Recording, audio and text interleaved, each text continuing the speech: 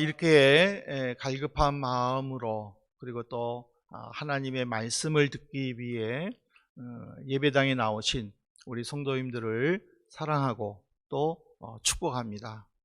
여러분들이 이 자리에서 드려지는 예배를 통해 우리 주님이 주시는 그 행복함을 맛보시고 또 이 5월 한 달이 또 가정의 달답게 우리의 마음이 따뜻한 그런 한 달이 되기를 바랍니다. 하나님은 모세의 형 아론을 통해서 그리고 그의 아들 나답과 아비후와 엘라살과 이다마를 세워서 백성들의 죄를 용서해 주는 동물 제사를 드리도록 명령하시죠. 여호와의 봉사자로서 하나님을 섬기는 그 제사장의 직분은 정말 거룩하고 성결해야 되는 것이 마땅합니다. 하지만은 나답과 아비후는 그런 모습을 보여주지를 못했습니다. 우리가 레위기서 10장 1절을 살펴볼 텐데요. 아론의 아들 나답과 아비후가 각기 향로를 가져다가 여호와께서 명령하시지 아니하신 다른 불을 담아 여호와 앞에 분향하였더니, 하나님께 우리가 제물을 드린다 했을 때에 그 제물을 이제 불에 태워야 되겠죠. 근데 이 불에 태울 때에 아무 불이나 태워서는 안 됩니다. 그거는 반드시 성전에서 24시간 1년 365일 불이 꺼지지 않도록 하는 그 불만 가지고 제물을 태워야 됩니다. 근데 이 나답과 아비후는 성경에는 어떤 불인지에 대해서는 아주 자세하게 가르쳐 주지는 않았지만은 그 불을 태움으로 하나님의 진노를 받게 됩니다. 결국 하나님은 이 나답과 아비후를 그 자리에서 화형시켜서 그 두 사람이 불에 태워져 죽임을 당하게 됩니다. 이 내용은 여호와의 봉사자인 대제사장 그리고 레위 지파 사람들은 하나님 앞에서 거룩해야 되고 성결해야 된다라는 것을 가르쳐주는 말씀이기도 하지만은, 근데 여기서 중요한 거는요, 제사장 직분을 맡은 사람도 범죄할 수 있고 실수할 수 있는 직분이구나라는 것을 가르쳐 줍니다. 이 일로 인하여 지금 히브리서 저자는 영원한 제사장의 표본으로 구약 성경에 기록된 멜기세덱을 이제 제시를 합니다. 그래서 히브리서 저자는 이 멜기세덱과 예수님을 비교하면서 예수님이 더 뛰어나다라는 것을 강조하는데요. 이 멜기세덱은 고대 가나안식 이름입니다.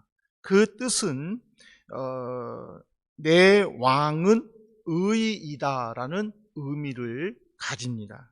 이 멜기세덱은 왕으로서 제사장직을 감당을 했는데 그가 다스리는 나라는 평강을 의미하는 살렘 나라입니다. 대부분의 이 학자들은요, 이 살렘이 예루살렘일 것이다 라고 추측을 합니다. 그 추측하는 두 가지 이유는요, 제가 성경 인용은 하지 않았지만은 여러분들이 한번 찾아서 읽어보시면 될 텐데, 창세기 4장 17절에 보면은 왕의 골짜기에 있다라고 기록되어 있어요. 이 왕의 골짜기라는 것은 곧 예루살렘으로 올라가는 그 길을 의미합니다. 그리고 또 시편 76편 2절에는 그의 장막은 살렘에 있으며 라고 기록되어 있습니다.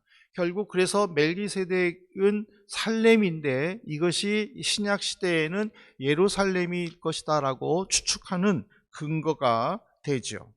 근데 이 멜기세덱이 처음으로 등장하는 부분은요, 창세기 14장입니다.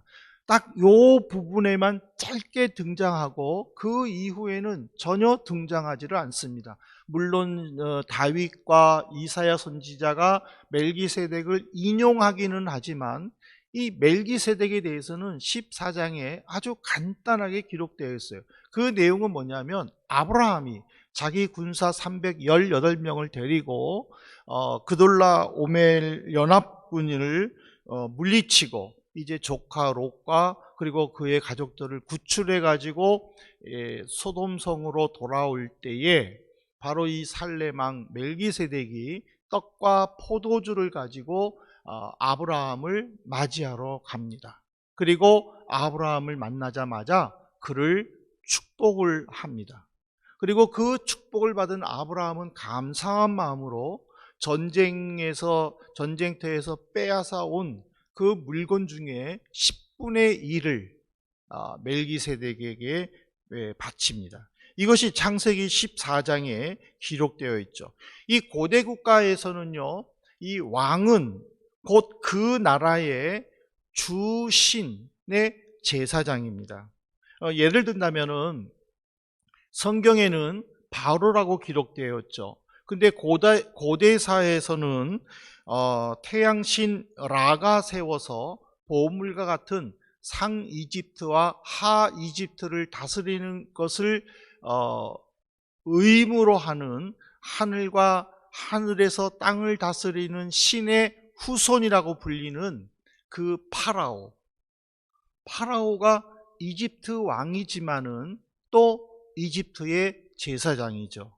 그래서 그는 매일 아침에 나일강으로 흐르는 그 물줄기에서 제사 드리는 것을 우리는 십계라는 영화에서 볼 수 있죠. 그래서 이 파라오가 제사를 집례하는 그 물에 모세가 지팡이를 통해 피를 만들므로 인하여 이집트에서 중요하게 여기는 나일강의 수원을 모두 피로 만들죠. 그리고 지하수까지 피로 만들어서 일주일 동안 백성들이 물이 없어서 고통스럽게 하는데, 바로 그 당시에 바로 고대사에서는 파라오도 바로 제사를 집례하였고, 그 제사 집례 속에서 모세가 하나님이 주신 지팡이로 하나님이 진정한 신이다라는 것을 보여주죠. 근데 어쨌든지 간에 이 멜기세덱은 고대 국가에서는 왕이었지만은 제사장의 신분으로 히브리인의 조상, 하나님께서 선택한 사람 아브라함을 축복했다라는 것은요, 제사장의 신분으로는 가능하지만은 유대인들에게는 미지의 인물입니다. 왜냐하면 멜기세덱은 유대인이 아니에요. 멜기세덱은 고대 가나안의 한 부족 국가인 살렘의 왕이었어요. 그러니까 이방 나라 사람이라는 거예요. 이방 나라 사람이 하나님이 선택한 민족을 축복한다? 이거는 굉장히 의아스러운 부분이기도 하죠. 근데 구약 성경에는 더 이상 그 이후에 어떤 일들에 대해서 가타부타 연결이 안 돼요. 그런데 히브리서 저자가 이 멜기세덱에 대해서 다음과 같이 정의해요. 그것이 히브리서 7장 1절부터 3절에 나오는데, 그 내용을 제가 간단하게 요약해서 설명을 해드린다면, 멜기세덱은 지극히 높으신 하나님의 제사장이다. 의의 왕이요 살렘 왕으로 평강의 왕이다. 아버지와 어머니도 없고 시작한 날도 없고 생명의 끝도 없어 하나님의 아들과 닮아서 항상 제사장으로 있다라고 증언했어요. 근데 여기 보면은 지극히 높으신 하나님의 제사장이다. 이거를 통해 많은 사람들은 그 멜기세덱도 유대인인가? 라고 생각할 수 있어요. 근데 구약 성경에는 주로 기록된 언어가 아람어죠. 히브리어도 아니에요. 아람어입니다. 아람어라는 것은 고대 근동 지역에서 널리 사용하는 주 언어라는 의미입니다. 각 민족들은 그 민족에 따르는 언어들은 있겠죠. 그렇지만은 아람어가 그 민족들의 언어보다 공통된 언어예요. 그 공통된 언어로 기록된 것이 구약 성경이에요. 구약 성경의 대부분은 아람어로 기록되었죠. 근데 지극히 높으신 하나님이 아람어로는 엘 엘론입니다. 이 엘 엘론은 가나안 근동 지역에 근원을 둔 신들의 호칭입니다. 그 신들을 섬기는 멜기세덱은 제사장의 자격을 가지고 있는 것입니다. 근데 히브리인들의 하나님은 뭐죠? 하나님이 엘로힘이죠.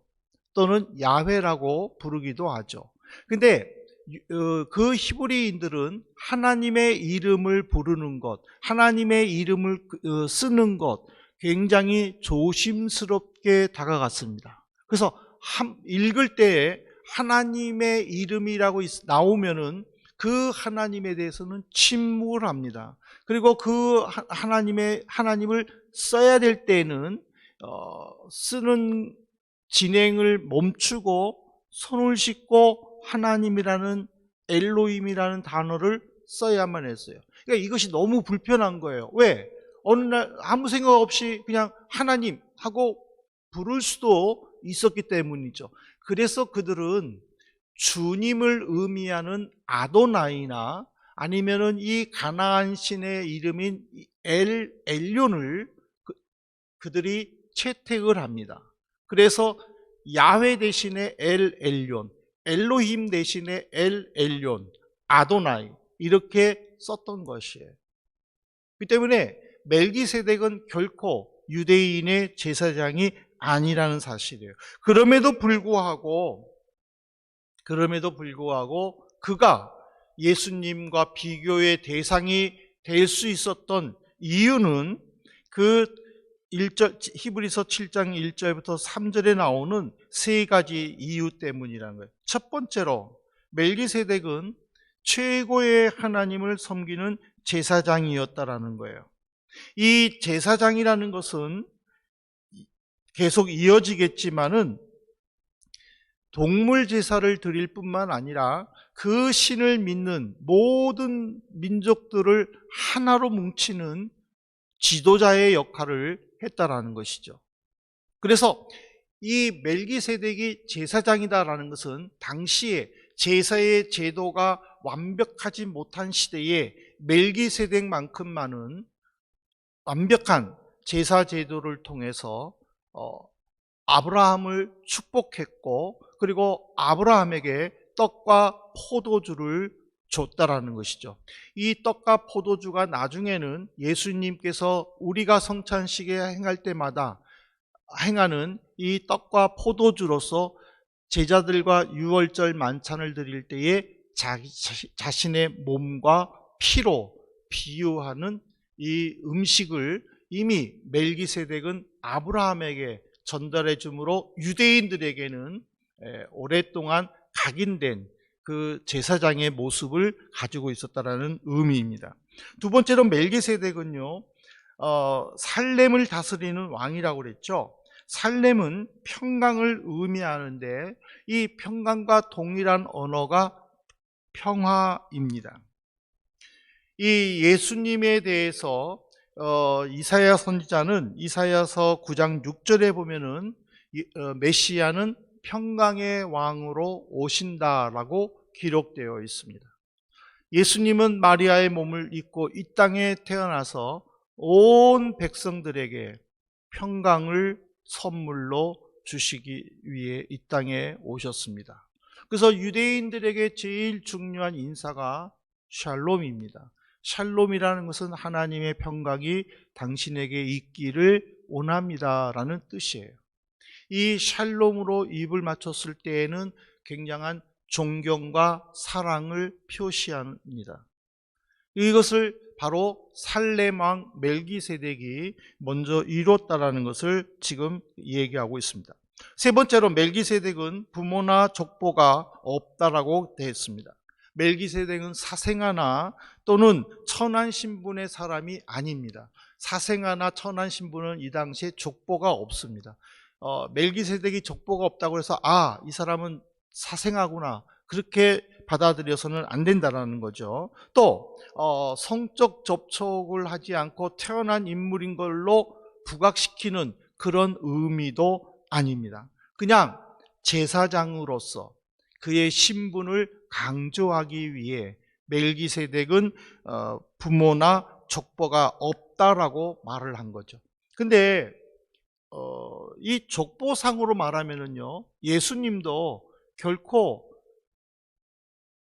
대제사장이 될 수가 없습니다. 왜냐하면 당시에는 하나님께서 아론을 세우고 아론의 아들 나답과 아비후와 이다말 등 이들을 통해서 제사장의 가문과 혈통이 이어지도록 만들었습니다. 구약시대 때의 이스라엘의 제사장들은 전부 아론의 후손들로 이루어졌어요. 근데 예수님이 대제사장이라고 했었을 때는 유대인들에게는 받아들일 수 없는 거예요. 왜냐하면 예수님은 유다 지파 사람이에요. 다윗의 후손이죠. 그러면 대제사장이 될 수가 없는 신분이에요. 그럼에도 불구하고 왜 예수님은 대제사장이라고 이야기하느냐? 바로 시편 110편 4절을 근거로 하는 거예요. 여호와는 맹세하고 변하지 아니하시리라. 하나님은 영원하시다라는 거죠. 그 영원하신 분이 말을 해요.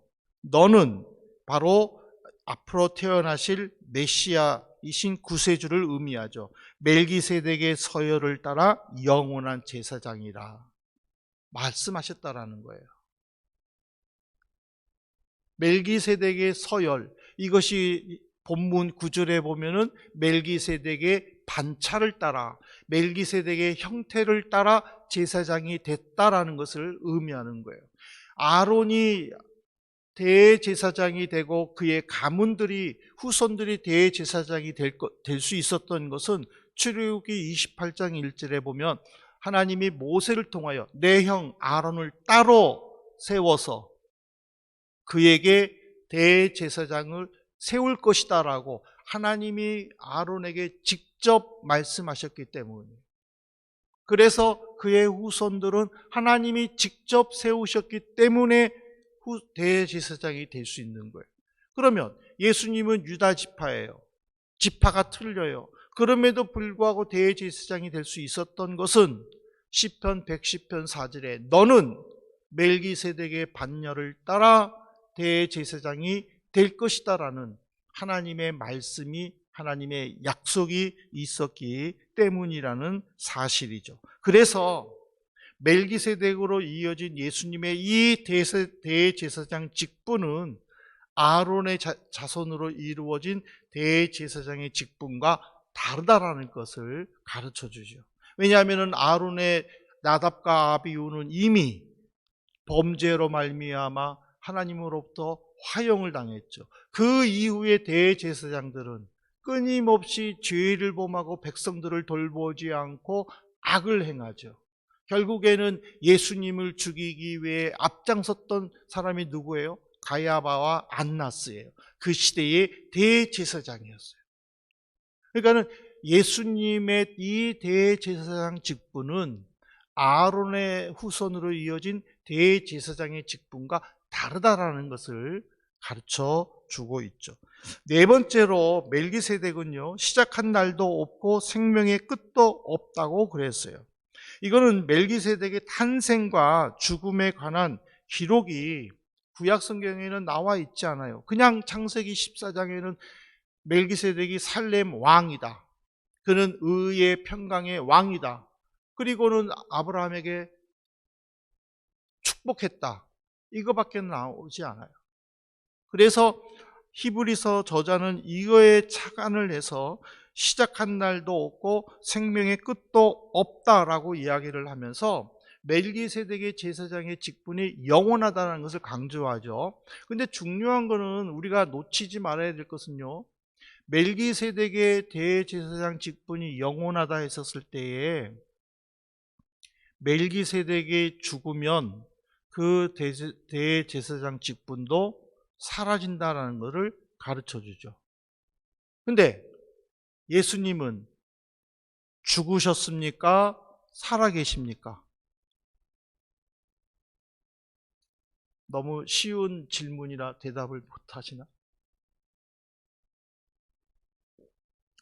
트릭이 없습니다. 여러분들께서 제가 무슨 트릭을 가지고 질문하나 그렇게 생각하지 마시고 순수하게 받아주셔서 대답해 주십시오. 예수님은 죽으셨습니까? 살아계십니까? 살아계십니다. 예수님이 살아계신다면 예수님의 대제사장 직분은 유효합니까? 사라져야 합니까? 유효하죠. 멜기세덱과 예수님의 차이가 바로 이거예요. 멜기세덱도 제사장이 영원하죠. 왜? 살아있을 때. 살아있으면 되는 거예요. 아론의 후손들은요, 영원하지가 않죠. 왜? 그 사람이 죽고 그리고 그 이후에 후손들이 이어지지만은, 그러나 그 이어지는 후손들이 꼭 그들이 아론의 자손으로 이루어졌다라는 것은 구약 성경의 역사들을 이어가면서 끊어졌다라는 거예요. 그렇기 때문에 대제사장 아론이나 멜기세덱이 예수님보다 우월하지 않는 이유는 바로 그거예요. 그들의 족보와 혈통이 끊어지기도 하고 죽기도 한다는 거죠. 하지만 예수 그리스도는 살아계시기 때문에 대제사장의 직분은 영원하다는 것을 바로 가르쳐 주는 거예요. 그래서 다섯 번째로 마지막으로 항상 제사장으로 있다라고 얘기를 했어요. 근데 이 항상이요, 언제든지 또는 영원토록이란 뜻이에요. 근데 멜기세덱에게 항상 있다? 그러면 안 되는 거예요. 왜? 그러면은 멜기세덱은 죽지 않는다라는 뜻이에요. 그러면 불멸의 신이죠. 그러면은 누구와 똑같아요? 하나님하고 똑같은 거예요. 그래서 히브리서 저자는 이 항상을 예수님에게로 꾸미는 거예요. 헬라어 문법에. 그래서 예수 그리스도는 항상 영원하다라는 것을 강조하면서 예수의 영원성을 설명하고 있다라는 거죠. 그러면은 이제 우리는 이거를 생각을 해봐야 돼요. 그래, 예수님은 메시아지. 근데 왜 구원의 영원한 근원이 될까? 고민되지 않아요? 의심되지 않아요? 왜 예수님만이 영원 구원의 기본이야? 근원이야? 다른 신도 없나? 이렇게 생각할 수 있는데, 우리는 다 예수를 믿는 사람들이잖아요. 또 예수를 믿으려고 하는 사람들이잖아요. 그렇기 때문에 우리의 관점에서 예수 그리스도를 조금만 더 깊이 알면은 우리가 믿는 구세주이신 예수 그리스도에 대한 확신을 가질 겁니다. 예수 그리스도예요. 예수라는 것은 일반적인 이름이지만은 예수님 앞에는요, 항상 그리스도가 따라다녀요. 이 그리스도라는 것은요, 메시아라는 뜻이에요. 기름 부음 받은 자라는 의미예요. 인류를 구원하기 위해 하나님으로부터 기름 부음 받은 자를 의미하는 거예요. 근데 이제 이 예수가 굉장히 중요한 의미를 가지는데, 여러분들이 성경을 읽다 보면은요, 구약 성경을 보면은 예수와가 나옵니다. 예수와. 이 예수와는 뭘까? 근데 우리가 보통 영어식으로 여호수아를 우리는 많이 알고 있습니다. 이 가나안 정복한 여호수아, 이 여호수아가 아람어로 말하면은요, 예호수아입니다. 이 예호수아에서 하나님을 뜻하는 야자를 빼면은요, 예수아가 됩니다. 이거는 바로 축약형이라는 것을 나타내죠. 에스라서 2장 36절을 보시면은요, 제사장들은 예수아의 집 여다야 자손이 973명이요 학사겸 제사장인 에스라가 바벨론 포로에서 돌아올 때에 이스라엘로 돌아온 사람들을 대상으로 인구 조사할 때에 바벨론 포로 전에 마지막 대제사장인 여호사닥의 아들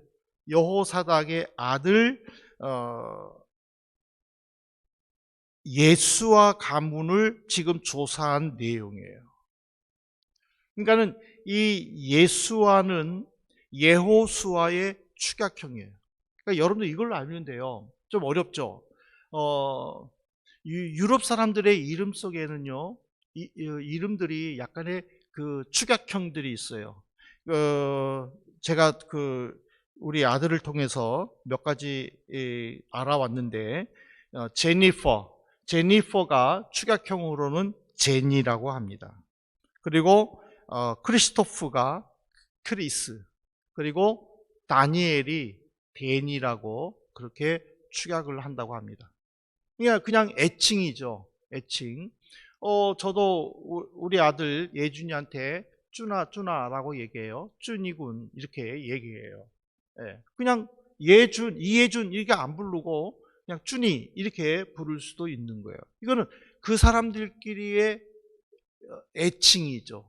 근데 그거는 그 이름에 축약한 거예요. 압축한 거예요. 예호수아 부를 수 있어요. 근데 예호수아라고 부르지 않고 유대인들은요 예수아라고 부른 거예요. 그 예수아가 헬라어로 넘어왔을 때에 예수가 되는 거예요. 예수스가 되는 거예요. 독일 말로는. 근데 이 유대인들에게 이 예수는요 굉장히 흔한 이름이에요. 그런데 하나님께서 마리아의 몸을 입고 태어날 그 아기 예수를 예수라고 하라고 특별한 의미를 부어 주셔요. 즉 일반적인 사람들의 예수는 그 부모나 친척에 의해서 이름이 결정돼요. 그렇지만은 인류를 구원한 예수님의 이름은 그 부모가 지어주지를 않아요. 하나님께서 가브리엘 천사를 통하여 이미 아기 이름을 지어줘요. 내 몸에서 인류를 구원할 메시아가 탄생할 것이니 그 이름을 예수라 하라. 이것이 마태복음 1장에 나오는 내용이에요. 그래서 예수님은 일반 대제사장이나 또는 다른 예수처럼 평범한 이름이 아니라는 거죠. 그 예수님에게는 하나님께서 직접 주시는 대제사장 직분, 하나님께서 직접 불러주신 그 이름 예수가 있다라는 거예요. 근데 이 예수는 건져내다라는 의미를 가지고 있죠. 근데 왜 예수님이 이제 우월하느냐? 히브리서 5장 8절에 보니까 그가 아들이면서도 받으신 고난으로 순종함을 배웠다. 그러니까 예수님이 모든 사람들보다 우월하다는 것은 첫 번째로 순종을 배웠고 그 순종을 나타냈기 때문이라는 사실이에요. 예수님은 본질적으로 하나님의 아들입니다. 그리고 고유적으로 하나님의 아들입니다. 그래서 하나님은 독생자라는 표현을 쓰십니다. 유일한 아들보다도 더 강한 의미의 독생자죠. 근데 그 예수님은 하나님으로부터 인류를 구원할 계획을 들으시고 그것에 자발적으로 순종을 하십니다. 그래서 그 예수님은 이 땅에 오셔서 인류를 구원하시기 위해 고난을 당하십니다. 근데 5장 8절에 고난을 당했다라는 것은요, 자발적인 순종을 의미하는 거예요. 누군가에 의해 마지못해서 억지로가 아니라 예수님 스스로 자발적으로 순종했다라는 거예요. 우리는 죄인이에요. 우리는 하나님의 말씀에 순종하기보다는 하나님의 말씀에 불순종하는 것이 더 쉬워요. 여러분들이 언어를 배울 때 제일 먼저 뭐를 배우라고 그래요? 그 나라의 욕을 배우라고 그러죠. 그 욕을 배워야 그만큼 말을 쉽게 배운다라고, 예, 선생님들은 그렇게 얘기하더라고요. 예, 그래서 저도 몇 개 욕을 배웠는데 안 쓰다 보니까는 잊어버렸는데, 예, 그 나라의 욕을 먼저 배우라고 그래요. 왜? 그만큼 우리의 성품은 죄성으로 가득하기 때문에 나쁜 것들은 좋게 만들려면은요, 훈련이 필요한 거예요. 근데 예수님은 죄가 없기 때문에 배울 필요가 없는 거예요. 근데 예수님은 순종을 배웠다라고 얘기를 해요. 이 배웠다라는 것은 그 순종을 어떻게 하는 것인지 배운 것이 아니라 당신 스스로가 인류를 구원하기 위해 자발적으로 해야 할 일들을 찾아가면서 행함으로써 그 배운 순종을 보여주셨다라는 것을 의미하는 거예요. 그래서 예수님은 그 순종 속에서 당신이 짊어져야 할 고통이 얼마나 아프면 그는 눈물과 고통으로 하나님께 호소했다라고 히브리서 저자는 증언하고 있는 거예요. 그 다음에 두 번째로 예수님이 우월하신 이유는 뭐냐면 온전케 되었기 때문이라는 거예요. 히브리서 5장 9절에 보십시오. 예수님은 온전하게 되셨은즉 자기에게 순종하는 모든 자에게 영원한 구원의 근원이 되셨다. 이게 뭐냐면 예수님은 완전하게 되신 후에 그분께 순종하는 모든 자들에게 영원한 구원의 근원이 됐다라는 것을 의미하는 거예요. 그래서 이 8절과 9절을 한마디로 요약하면 이거예요. 예수 그리스도는 하나님의 뜻에 응답하여 죽음의 고통에서도 철저히 순종함을 배워 그의 순종으로 말미암아 인간의 죄가를 지어버리셨으며 그의 순종함으로 아담의 불순종으로 인해 죄인된 자들을 구원하셨다. 그는 하나님 앞에서 예수 믿는 자들을 의롭게 하여 주셨으므로 그는 예수를 믿는 자들의 구원의 근원이 되신다. 구원은 인간 스스로의 힘으로 획득할 수 있는 것은 아니다. 구원은 메시아로부터 나와 예수 그리스도의 보혈을 힘입은 그 사람에게 주시는 하나님의 선물이다. 이제 우리는 하나님 앞에서 예수 그리스도가 하나님의 아들이라는 자격을 가졌음에도 자발적인 순종을 통해 고난을 배운 그 예수 그리스도의 이름에 합당한 경배를 드려야 됩니다. 우리는 예수 그리스도의 이름을 고백을 했다면 그 고백에 따른 행동을 책임져야 합니다. 믿음의 고백과 이 신앙생활을 우리는 너무 쉽게 생각해서는 안 됩니다. 내가 믿음의 고백을 드리지만은 언제든지 나는 이 믿음의 고백을 철회할 수 있다. 언제든지 나는 이 고백을 포기할 수 있다. 그 생각에서는 안 된다라는 것입니다. 왜? 이 믿음의 고백으로 말미암아 우리는 어떤 환난에서도 어려움에서도 인내를 해야 되고 포기하지 말아야 되기 때문입니다. 근데 우리 현실은 그러지 않지 않습니까? 예수님을 믿는다고 고백하고 그 예수님의 믿음을 고백하는 의미로 성찬까지 행하지만은 근데 막상 그 성찬 이후에 내 삶이 정말 믿는 자로서 세상에서 삶을 제대로 보여주고 있느냐라는 거예요.